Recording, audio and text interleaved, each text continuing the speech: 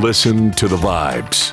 Welcome, everyone, to another episode of Listen to the Vibes. And I have here Mr. Don Hahn. He does magic, and he also talks a little bit about history on his YouTube channel. So we're going to learn about him, learn about what he does, and have a great conversation. So, Mr. Hahn, tell us about you. Well, I like history and I like magic, and that's what I do on my YouTube channel. When I was, my dad is a really big instrumental part of that when I was 5 or 6. And my dad was a hobbyist, so he would always do these sleight of hand shenanigans like all the time. It was great, and that got me hooked. And I used to watch the David Copperfield specials every spring, and I'm really obsessive about certain things. And I was even worse as a kid. So every week after about Christmas, until usually it happened around April when his yearly special would be on TV, my parents would get I'm old enough to have the old TV guides as a kid, so I'd look through every single week. And those are the two big things that got me hooked in magic. And my parents, both of them are really into history. And my dad usually had a bunch of history books that he let me read even when I was really young. So that kind of got me started in that. Oh, cool. So where are you from? Sacramento, California. Oh, okay. So you still live there? No, we lived there until I was 25. Then my goddess, 2 kids and I, we moved to Las Vegas for about 16 years. And then we moved here to Kansas about almost 5 years ago.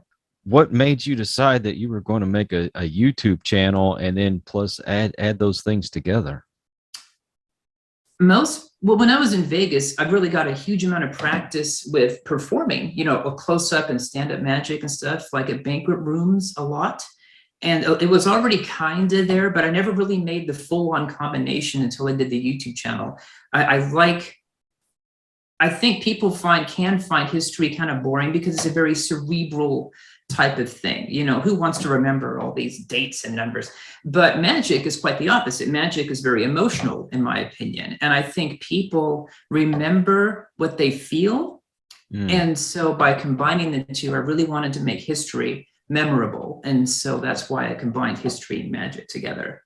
Oh, okay. Kind of like a spoonful of sugar. There you go. Medicine go down easier, Well, the history is great. I want to spread my enthusiasm for history with everyone I can. Oh, of course. So I'm a weirdo because I've always loved history. Yes. Documentaries I can't get enough of. I was always watching the History Channel, and then especially those weird things that you don't normally think about. And you're like, oh, wow, there was really a big history behind that, which I think when I finally got to the one where you talked about, I forgot the name of the video, but you ended up talking about Humpty Dumpty and how it was associated with Siege of Colchester. That exactly. And I'm like, wow, I didn't know that there was a history behind that. It's a canon. It's so weird, right? A canon into an yeah. I thought it was real fun. Now, do you have a favorite out of those? My favorite story content video is Black Shuck. I think that's the one I feel the strongest about. I look back on the Black Shuck, and it's not like I have a huge amount of videos. I mean, I'm just going to get in traction, get my feet wet, But I already look back at the Black Shuck video, and I love the direction it went with the story and what I was trying to convey, but I would already do it differently now. And now that I've got a few more videos under my belt, I would present it differently.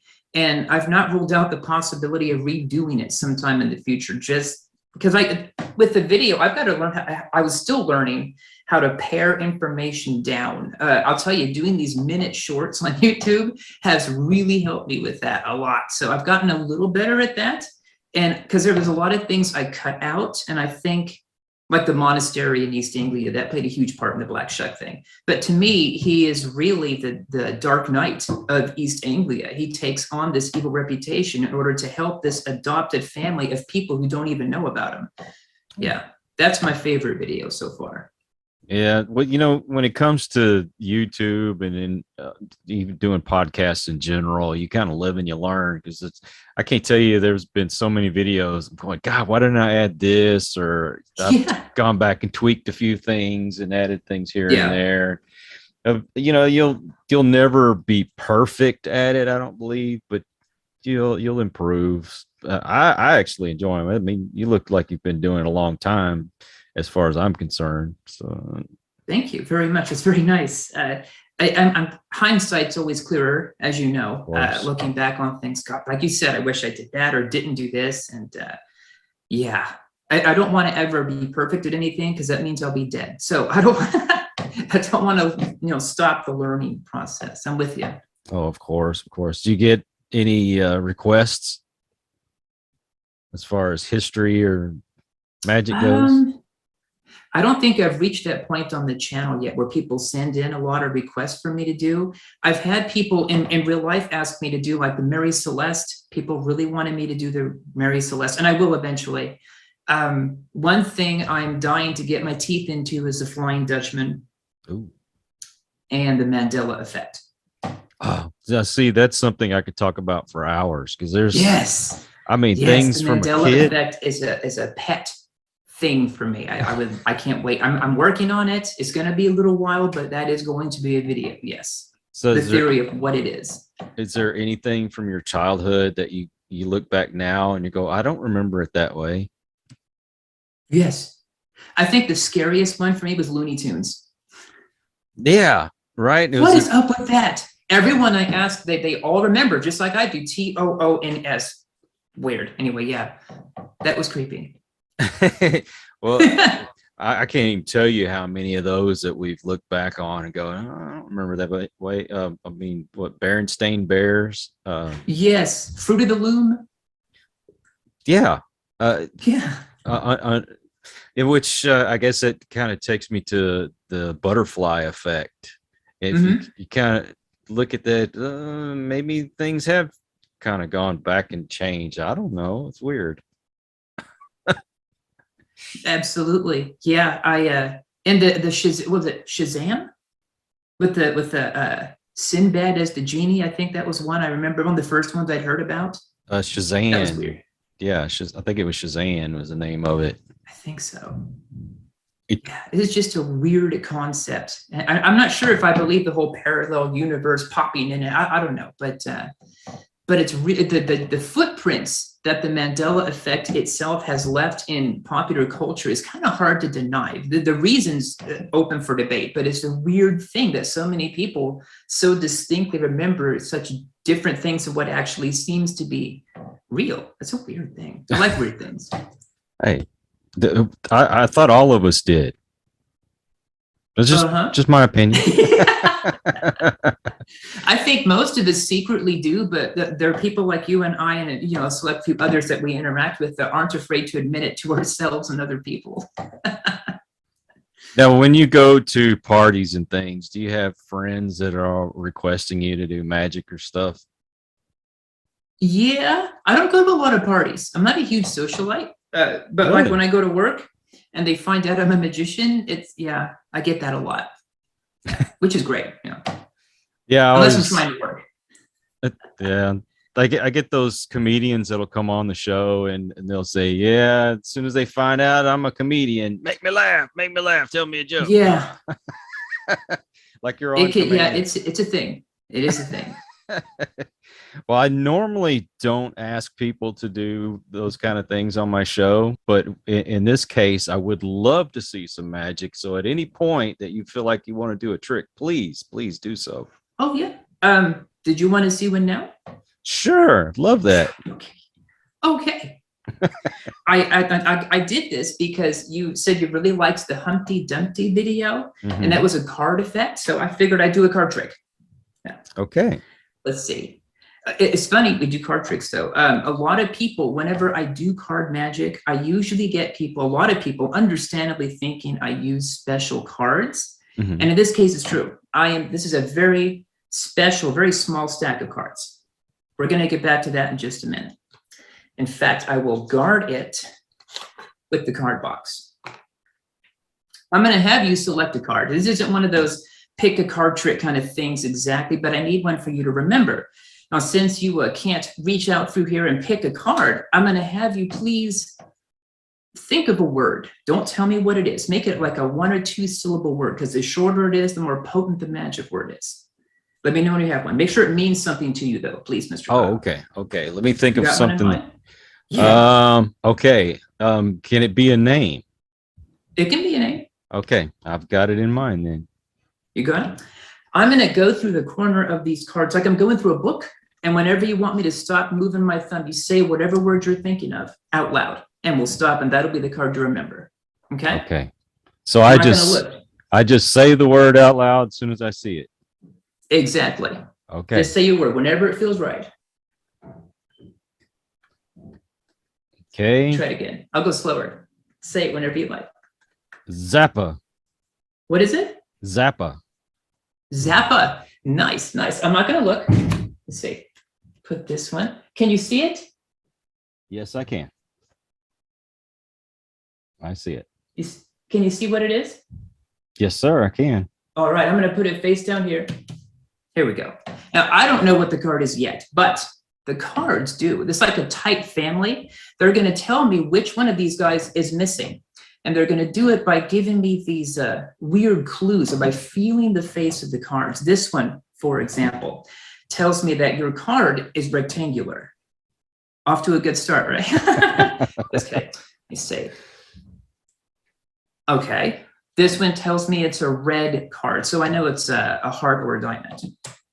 Let's see. No. No. Okay. Okay. This one tells me that it is a heart. Okay. Don't acknowledge we are in it yet. We'll see.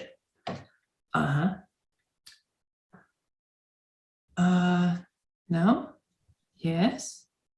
Maybe. Doesn't feel right. Yes. This one tells me that it's a mid-range card and it's an odd number. I think I've almost got this. I've almost got this. Let me see. Okay. Yes. Your card, odd number, mid-range. I'm going to say it's a 9 or a no. No, it feels like a 7.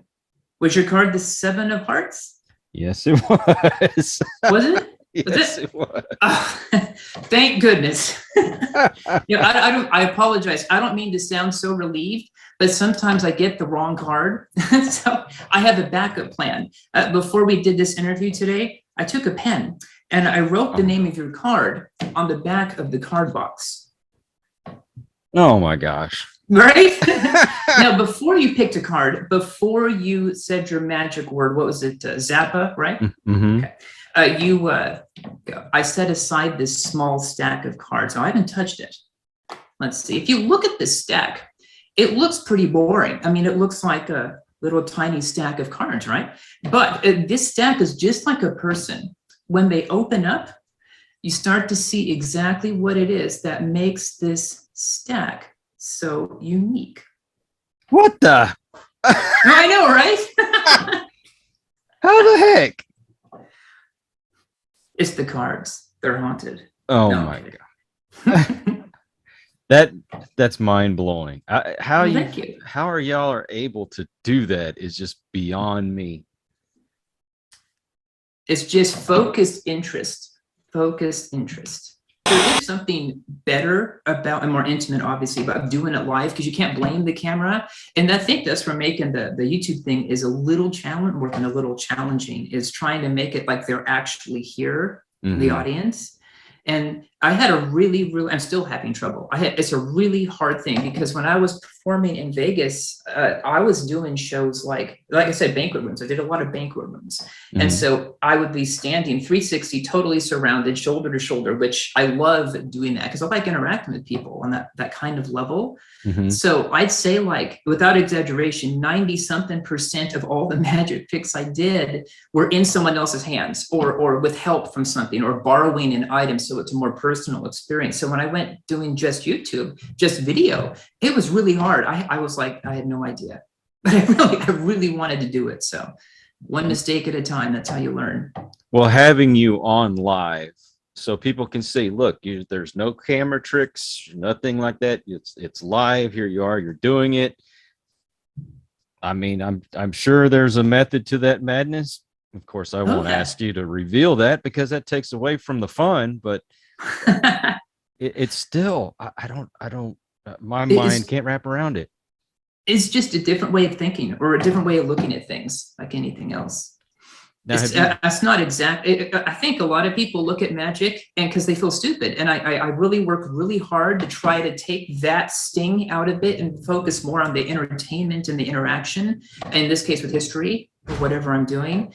But a lot of people get turned off because I see a lot of magicians just doing the magic for the sake of, look at me, how cool I am. Although there are becoming more and more magicians I'm noticing that really try to put more of themselves into the magic, like an extension of your personality type of thing, like a writer would do, or a comedian, like you suggested earlier, or a podcaster like you, because I saw your video that was extremely personal, and that's putting you into the audience. And I think that's awesome. That's what I try to do.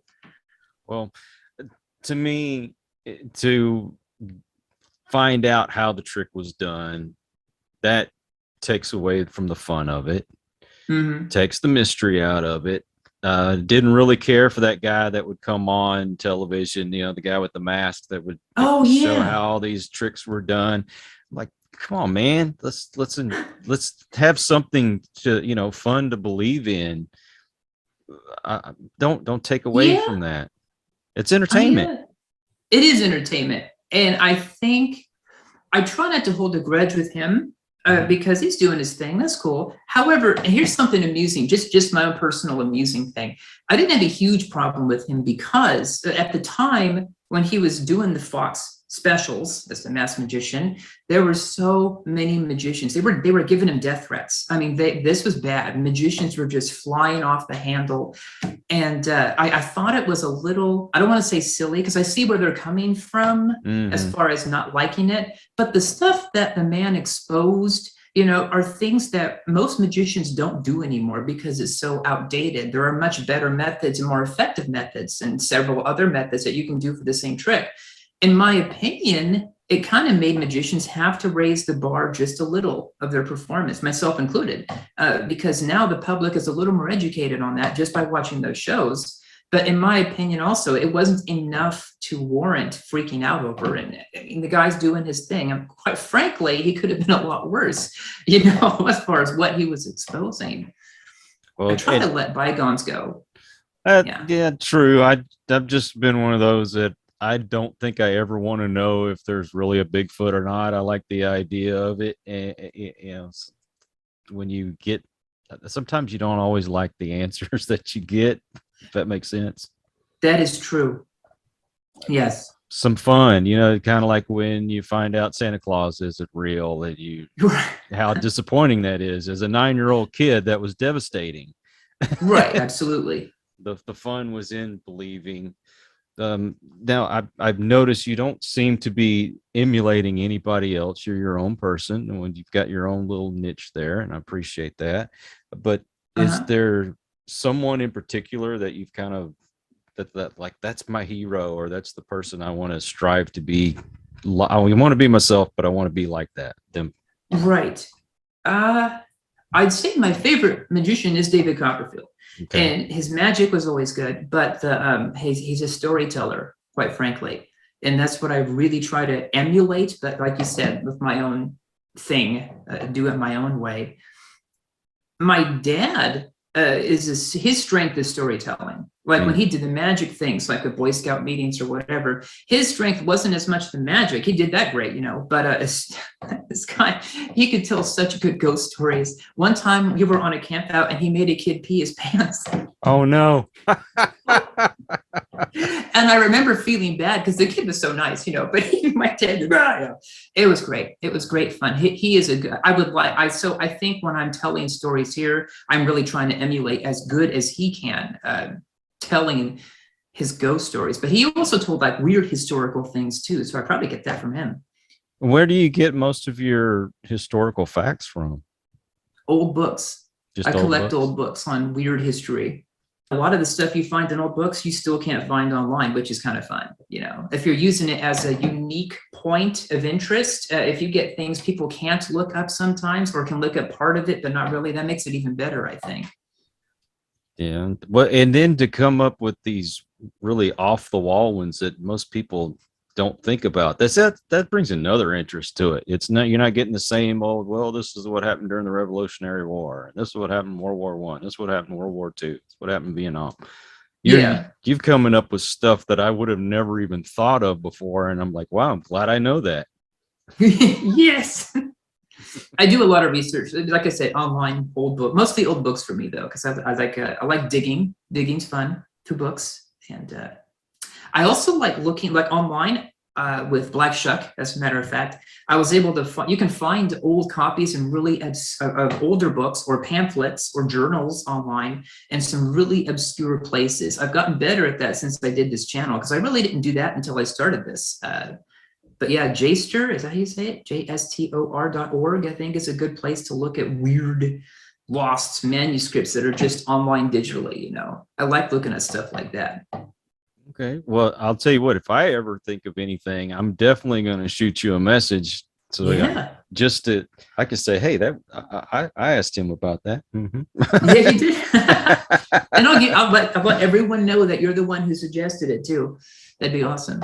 Well, I'm sucking up as much as I can because I'm a big fan. Oh, thank you. And I'm glad you like it. When I started this, okay, first off, if you couldn't tell when you and I first got on here, I have no idea what I'm doing with technology.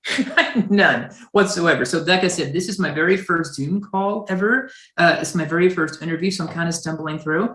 But when I started the YouTube thing, the only experience I had, like I said before, was interaction with real people and magic and history. But as far as anything online goes, I wailing my arms in the dark. I just bumping into things and hoping I don't fall down somewhere, you know, but it's a slower process than most, I would imagine. My gift is not technology. That's my goddess, is my wife, and my dad, actually. They're both amazing when it comes to technology. I am not. I have to ask my grandkids. What's that? I have to ask my grandkids half the time. Well, they're growing up with this stuff. So yeah, I have my kids, especially my youngest. He's always giving me advice on, like, we work at the Home Depot. And so him and I both. And so we're walking up there, walking back, and he's always giving me cool info because I'm always asking him weird questions. Well, to me, they're weird questions, but to him, it's like, oh yeah, you just do that. Yes. And my wife's the same way. Oh yeah, honey, you just do. Yeah. I didn't know that. Now I do. Well, I encourage anybody that's watching this or they're listening to this, and I'm sorry if you're getting the audio portion of it and you missed the whole card trick that was pretty freaking amazing. But well, thank you very much. Anyone out there that's listening to it or watching this, I'm encouraging you to go to this guy's YouTube page and check it out. You're going to learn some facts that you didn't know before. You get to see some cool magic. And you could see a passion that this guy brings. If that doesn't attract you to it, I don't know what else will. Tell us again the name of it. In the Margins. In the Margins. So I will put those links up in our description so people can go to it and check it out. And then plus your social media, mostly Instagram, right? Yeah. Okay. What does the future hold for Mr. Hahn? I don't know. I know this is something I'm not letting go of. I'm just going to keep pushing forward and trying to get better at it, you know, but I want to see how far I can take this magic history thing on YouTube. I'm really enjoying the process. And the process, this is kind of funny. Like I said, I'm a little more than a little OCD. So when I'm making these videos, I'm doing take after take, dozens, you know, but luckily I found something that I can do obsessively and still enjoy the process of doing so, though it does get frustrating at times for something continually doesn't seem to work out, but I enjoy the process. So I'm going to be doing this for a very long time. I don't know how big it'll get, or I'm just putting me out there, you know? Yeah. Well, do you have aspirations of doing this for a living? It would be amazing if I could do this for a living. Yeah. Well, that would be great. I hope you're successful because I enjoy it. I appreciate your time. And absolutely. I know you probably thank you for having me on here. Oh, anytime, man. Honestly, anytime. Thank you to everyone that has stopped by and checked us out. I hope you'll come back, and we appreciate your support. And until the next one, everyone, please take care. God bless and peace. We hope you enjoyed this episode of Listen to the Vibes. You can catch us on Buzzsprout or wherever you listen to your favourite podcasts. And on YouTube. Follow us on Facebook at The Vibes Broadcast Network